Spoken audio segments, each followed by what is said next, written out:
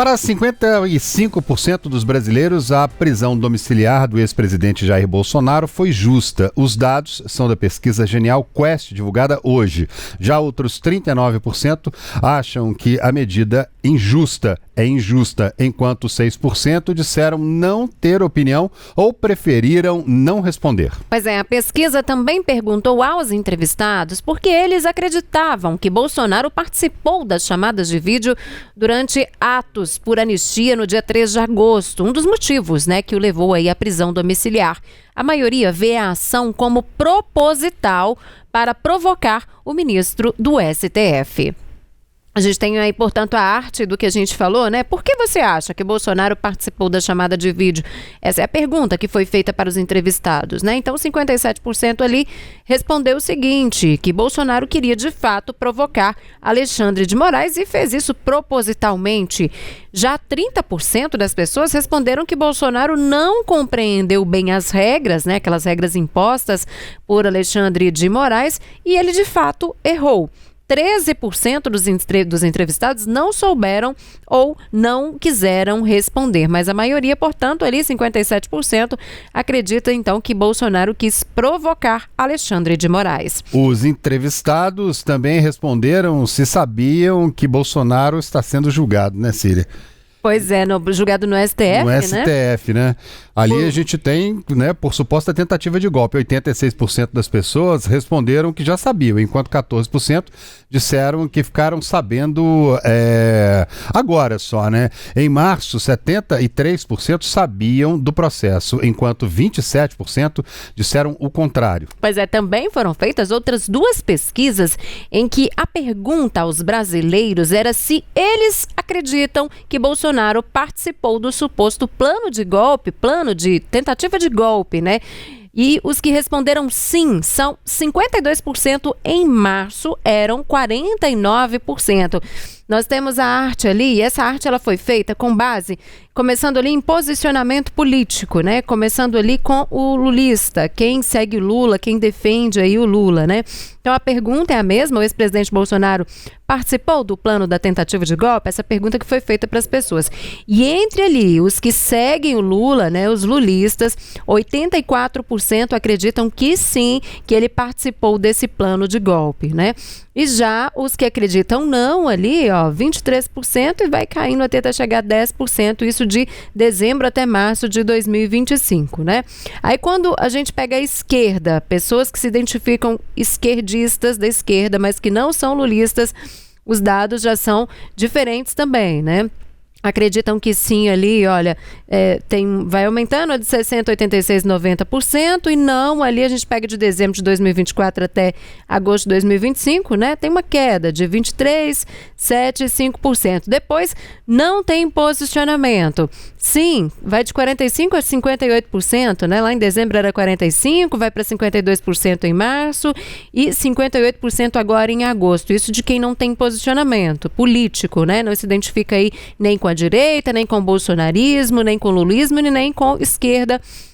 mas não é ligada ao lulismo. E aí quando a gente vai lá para a direita, não bolsonaristas, pessoas que se identificam como direita, mas não se identificam como bolsonaristas. Ali os números então trazem em dezembro 45%, foi em março ali para 70% e depois 72% em agosto. Não acreditam então que Bolsonaro participou do plano da tentativa de golpe. E sim, ali, lá em dezembro era 38%, depois passou para 19% e foi para 18%. E por último, do lado direito da tela, a gente tem aí os que se identificam com o bolsonarismo, 84% hoje não acreditam, Então esse número foi 75% em março, em dezembro 49%, e sim que acreditam, ficou de 33% para 14% para 8%, então, de acordo com esses dados da pesquisa Quest. Os pesquisadores ouviram 2.004 pessoas com mais de 16 anos entre 13 e 17 de agosto em 120 municípios. A margem de erro é de 2 pontos percentuais para mais ou para menos. E nós preparamos uma arte também para te explicar um pouco melhor sobre os dados dessa pesquisa. Vamos colocar na tela para a gente acompanhar. Tá lá. A aplicação da Lei Magnitsky contra Moraes é justa ou injusta? Foi a pergunta. Margem de erro aí de 2 pontos percentuais para mais ou para menos. Disseram justa 39%. Injusta, 49%. Portanto, uma grande maioria aí dizendo que a imposição da Lei Magnitsky contra Alexandre de Moraes é injusta. E a gente tem ali 12% de pessoas que não souberam ou não responder. Quando questionados se são a favor do afastamento de Moraes da Suprema Corte, 46% dizem ser a favor e 43% contra.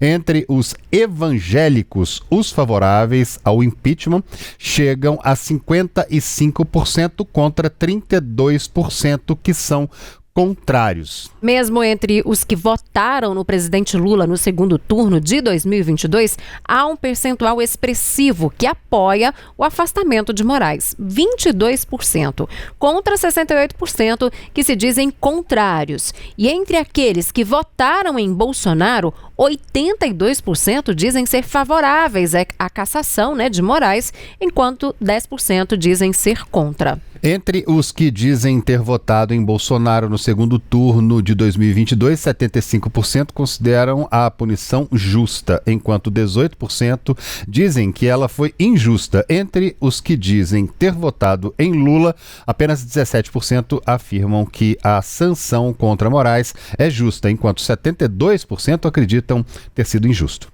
Pois é, a Lei Magnitsky foi aprovada nos Estados Unidos em um contexto de tensões com a Rússia, A lei foi aprovada como um instrumento de sancionar autoridades russas ligadas ao assassinato de Magnitsky.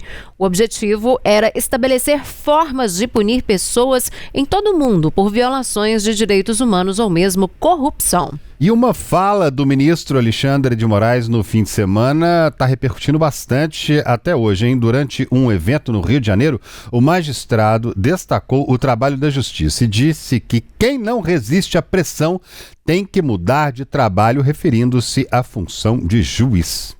Não se pode atentar contra a democracia e, se der certo, é uma ditadura. Se não der certo, volto para casa para me reorganizar. Impunidade, omissão e covardia nunca deram certo na história para nenhum país do mundo. Eu posso garantir aos senhores e às senhoras que no Brasil o judiciário é independente e é corajoso. Os ataques podem continuar a ser realizados de dentro ou de fora, pouco importa. O juiz que não resiste à pressão, que mude de profissão e vá fazer outra coisa na vida. E para nos ajudar a analisar os dados que a gente trouxe dessa pesquisa Quest antes da fala de Alexandre de Moraes, nós convidamos o cientista político Adriano Cerqueira. Adriano, boa noite para você.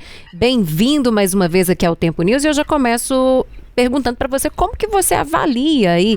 A gente deu esses dados lá no início, do jornal, da pesquisa. A maioria dos entrevistados, equivale a 55%, que consideram justa a prisão domiciliar do ex-presidente Jair Bolsonaro. Boa noite, é sempre um grande prazer estar participando com vocês, do noticiário. O que essa pesquisa da Quest, está revelando é que não mudou tanto assim o quadro em relação a uma última pesquisa do próprio Instituto, com a sua metodologia. É importante ressaltar que os dados das pesquisas Quest, em geral, tendem a ser um pouco mais favoráveis ao governo Lula e um pouco mais desfavoráveis ao ex-presidente Jair Bolsonaro. Se a gente compara com dados de outros institutos, como o Datafolha e o Paraná Pesquisa, que inclusive hoje soltou uma pesquisa, a gente vê que é um quadro diferente, é um quadro menos favorável a Lula e um pouco mais favorável a Bolsonaro. Mas, de qualquer modo, pegando essa metodologia da Quest, o que a gente percebe é que é uma polarização, Você tem um universo lulista e que orbita em torno do Lula e um universo bolsonarista e que orbita em torno de Bolsonaro. Então, dependendo se a pergunta indica uma situação boa ou ruim para qualquer um dos dois, essa torcida polarizada vai se manifestar. Então, eu acredito que uma rejeição por essa pesquisa da Quest ao nome de Bolsonaro esteja próxima aí dos 54%, 55%, que é o número que apareceu para quem acha né, que a prisão domiciliar é justa, né? É complicado, né, a gente colocar questões referentes à justiça. Eu lembro quando o Lula, né, foi condenado, ou estava para ser condenado, a mesma polarização acontecia, a maioria achando, né, que era correta, né, a prisão dele, e aquela parte ainda lulista achando que era injusta. Então, o que essa pesquisa revela é esse quadro, né, de forte polarização. Pela metodologia da Quest, você tem um número superior, né, pró, né, o governo, até que o Lula, nas intenções de voto, aparece à frente, né, diferente do que, por exemplo, hoje mostrou o Instituto, né, Paraná, mostrando, inclusive, os nomes de Bolsonaro e Michel Bolsonaro à frente do de Lula, só que numa situação de praticamente um empate. Então, assim, o que a gente vê é isso, né, é uma torcida, a torcida em torno de Lula acha justa a punição a Bolsonaro, entende que ele tentou um golpe, sim, enquanto que aquela torcida mais próxima de Bolsonaro vai falar o contrário, né? Com relação, né? Então é isso, eu acho que o Bolsonaro há um mês estando calado, né, não podendo se pronunciar, e o Lula tendo, né, todo espaço, né, para fazer as suas divulgações, né, e a sua propaganda, a gente vê um quadro quase inalterado, ou seja, o que mais me impressiona nessa pesquisa é a resiliência de Bolsonaro, quanto que ele ainda consegue se manter forte, né, o principal nome da oposição, mesmo estando há um mês, né, sem poder participar, sem poder se defender, sem poder falar, porque está em prisão domiciliar. Agora, até que ponto, Adriano, a gente pode imaginar que a opinião pública venha a interferir numa decisão judicial, numa decisão técnica, numa decisão baseada em provas, de acordo com o que rege a nossa Constituição? No entanto, a gente tem uma torcida, como você mesmo está falando, né? Quer dizer, é um Cruzeiro e Atlético, um Fla-Flu, é um clássico, parece, do futebol, que está cada um torcendo para um lado. Existe essa possibilidade ou esse risco, falando de uma forma ainda mais, de uma forma mais perigosa, ainda existe esse risco da opinião popular interferir na decisão de um magistrado? Sim, eu acredito que sim, né? Eu não estou entrando em juízo de valor do STF, né, dos ministros aqui do Brasil, estou falando uma situação das democracias contemporâneas, né, que você tem a soberania popular, né, ela que confere o poder, né, soberano ao Estado, e aí você tem, por conta, né, dos avanços, né, da ciência, a possibilidade de você medir, né, em que pé que está essa opinião popular, e ainda mais nesses tempos de redes sociais, né, em que você perde o controle da narrativa, né, porque é uma multiplicidade, né, de opiniões sendo emitidas e tendo uma grande repercussão. Então, a possibilidade do juiz, qualquer juiz que seja, primeira, segunda ou terceira instância, ser pressionado pela opinião pública e, por conta disso, tomar decisões que ele acha que são mais do agrado da população, existe, né? Enfim, eu não descarto essa possibilidade. Imaginar que é tudo neutro, né? Que são robôs, né? Isentos, né? Que não estão escutando o clamor das ruas, me parece que não. Mesmo se a pessoa toma todo um cuidado para não querer escutar as ruas, isso pode em si mesmo gerar um problema, né, de avaliação justa. Às vezes aquele clamor popular está trazendo um sinal importante a ser levado em consideração em termos de argumentação, mas aquele juiz que se quer isento e que não é envolvido pela opinião pública deixa de escutar isso, né, e fica mais firme no seu juízo, né, que pode ser muitas vezes fruto de um preconceito ou de uma visão não muito bem embasada. Então, eu não acredito na possibilidade, né, de existir qualquer tribunal hoje no mundo, ainda mais em democracias, né, ou que ainda se querem democracias, a possibilidade de ser totalmente isento às pressões da opinião pública. Até porque, né, se houvesse essa isenção, para que fazer pesquisa de opinião e para que sair divulgando perguntas, né, referentes a questões de justiça, né? Se não houvesse essa pressão, então, para que perder tempo perguntando se você acha justo ou injusto a prisão desse político ou não, enfim, né, isso não faria sentido. Justamente porque se percebe que possa haver uma influência, é que se faz essas perguntas, elas são divulgadas, né, e demonstram ter muito interesse por parte da opinião pública. Agora, Adriano, o que indica na sua avaliação essa divisão de opiniões aí sobre as sanções impostas contra o ministro do Supremo Tribunal, Alexandre de Moraes, quando a gente considera principalmente esse ponto tão importante que você tocou de polarização, né, de Bolsonaro e Lula? Olha, essa questão da sanção específica, eu fico um pouco reticente com a pergunta. Eu confesso que eu não peguei o relatório e li com calma, né? Mas parece que as perguntas eram estimuladas, né? Em algumas situações. E no contexto da Magnitsky, né, se achou justo ou não, eu desconfio do grau se de você conhecimento achou justo, né, as sanções impostas ao ministro do Supremo, Alexandre de Moraes. E tem outra pergunta também que pergunta sobre o impeachment. Né, eles perguntam aos entrevistados sobre o impeachment, se a pessoa acredita que seria justo ou não o impeachment de Alexandre de Moraes. Pois é, eu não sei até que ponto o respondente tem inteira noção do que é essa sanção, do que significa a Magnitsky. Eu sinceramente acho que poucos, né, a gente está vendo as dificuldades dos próprios ministros do STF de entender exatamente o real impacto da Magnitsky, né? Então imaginar que o cidadão comum, né, que está lá catado, né, no meio dos seus afazeres domiciliarmente, né, e sai respondendo uma pergunta dessas, ele vai imaginar o seguinte: olha, é legal ou não, talvez, um juiz ser sancionado por uma autoridade externa. Eu não sei se vai entrar no mérito específico disso, né? Então, eu acho que a resposta dele é uma resposta, digamos assim, um pouco fácil de ser dada. E vai muito nesse espírito aí que eu já falei de torcida, né? Pró ou contra. Agora, é interessante o impeachment, porque o impeachment é uma realidade presente no cidadão brasileiro. Ele já viu 2 presidentes recentemente sofrerem impeachment, né? O Collor, né? E depois a Dilma. Acompanhou intensamente esse processo. Eles sabem, né, exatamente o que é impeachment, é um nome em inglês, mas eles sabem exatamente o que é isso.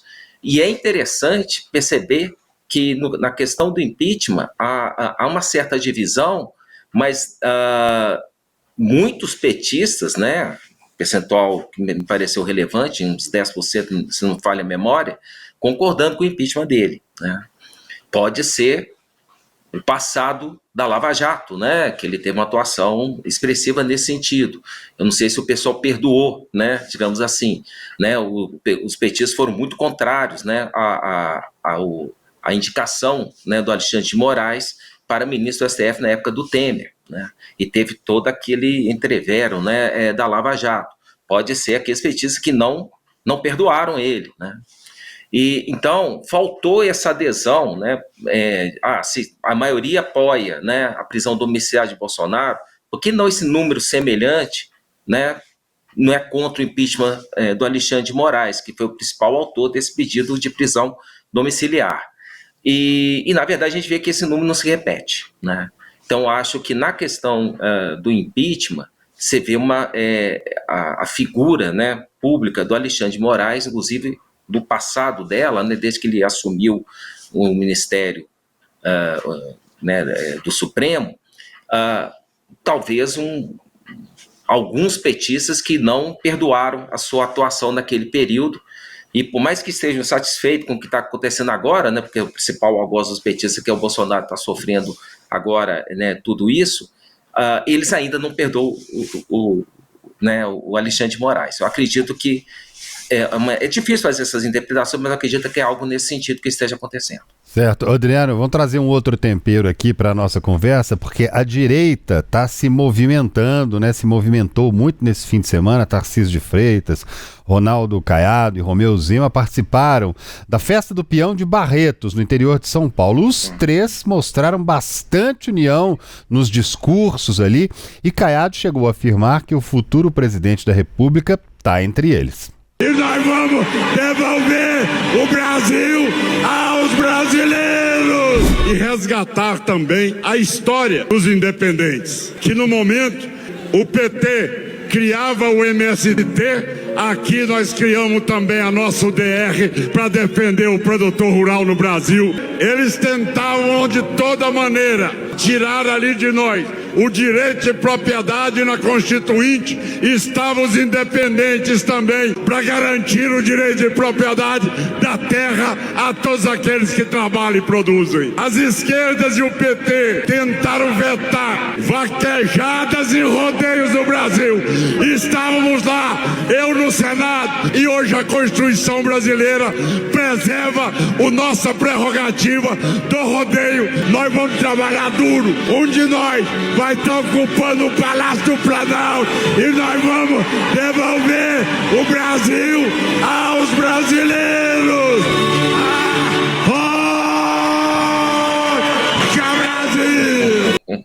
E hoje o governador de São Paulo, Tarcísio de Freitas, apertou o pé no acelerador em direção à candidatura à presidência no ano que vem.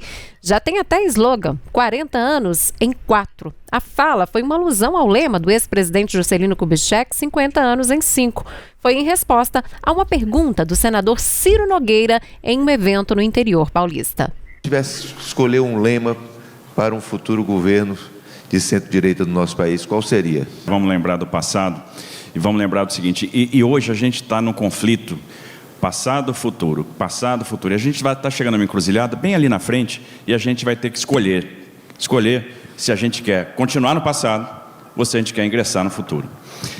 Lá atrás, a gente teve uma pessoa que governou o Brasil por muito tempo, fez muita coisa. Foi a pessoa que governou o Brasil pelo maior período de tempo, que foi o Getúlio Vargas. Ninguém governou o Brasil na história da República por tanto tempo como Vargas. E o Vargas tem um acervo de realizações. E é por isso que ele se tornou um líder popular, um líder carismático. E ele retorna ao poder, em 50, tem o poder abreviado numa tragédia, ele acaba indo mal, enfrentando uma série de oposições. Aquilo culminou com ele tirando a própria vida, e aí se instala a confusão no Brasil. E agora, como é que vai ser? Aquele líder carismático, aquele líder popular e aquela pessoa que governou o Brasil por muitos anos já não estava mais lá, e o Brasil imerso na confusão. Temos saída? Eis que vem Juscelino Kubitschek. E a gente tem o ingresso de Juscelino Kubitschek, e ele vem com um lema ousado, 50 anos em 5. E esse cara impulsiona a indústria, ele interioriza o Brasil, ele constrói Brasília. O pessoal fala assim, ele construiu Brasília em 5 anos. Na verdade, ele construiu Brasília em 3, porque a autorização do Congresso sai em 57, ele conclui a construção de Brasília em 1960. Ele construiu uma cidade, que hoje é a nossa capital, em 3 anos. Então, um líder disruptivo, uma pessoa que pensou o futuro, que implantou bases para a gente dar um salto subsequente. Então, eu não sei qual vai ser o lema de um novo governo. Eu sei que a gente precisa fazer pelo menos 40 anos em 4. Isso está muito claro. Adriano, pois é, no fim de semana, então, na festa de peão de Barretos, nós tivemos aí Zema, Caiado, Tarcísio unidos, e Caiado disse ali, com todas as palavras, que um dos futuros presidenciáveis estaria ali entre eles, né? Agora, nesse evento hoje no interior de São Paulo também, o Tarcísio afirmando ali, já criando slogan, fazendo alusão aí a slogan de governo mesmo, a Getúlio Vargas, né? Que vai ter muito trabalho para se fazer em 4 anos. Na sua avaliação, vai sair um candidato ali entre esses 3, independente da bênção de Bolsonaro?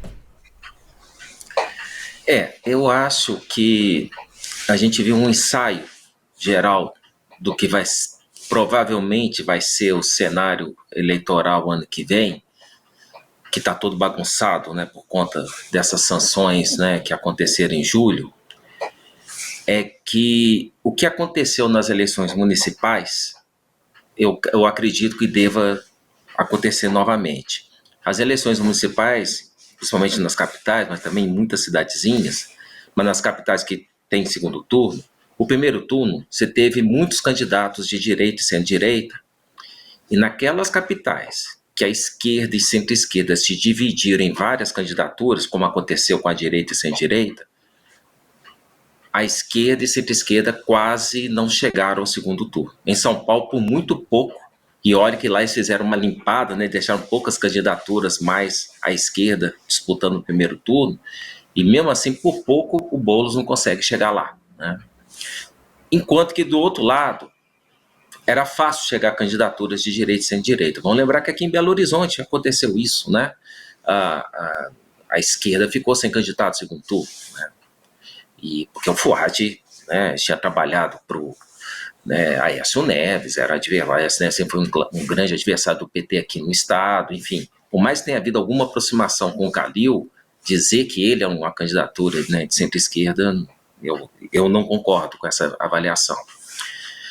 Então, o eleitorado está majoritariamente mais à direita no Brasil, e eu acho que isso gera muita competitividade nesse eleitorado. Então, há estímulo para que haja muitas candidaturas de centro-direita e direita. E eu acho que esses governadores candidatos serão.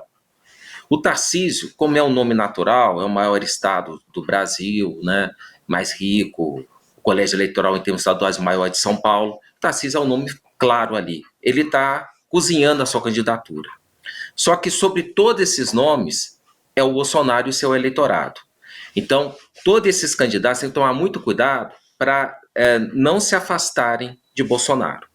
E deles, eu acho que quem tem mais sabido fazer esse trabalho, até porque não tem tanta pressão para sair o seu nome agora, tem sido o Tarcísio. Né? O Tarcísio sempre que pode defende Bolsonaro, fala que ele é aliado ao capitão, né?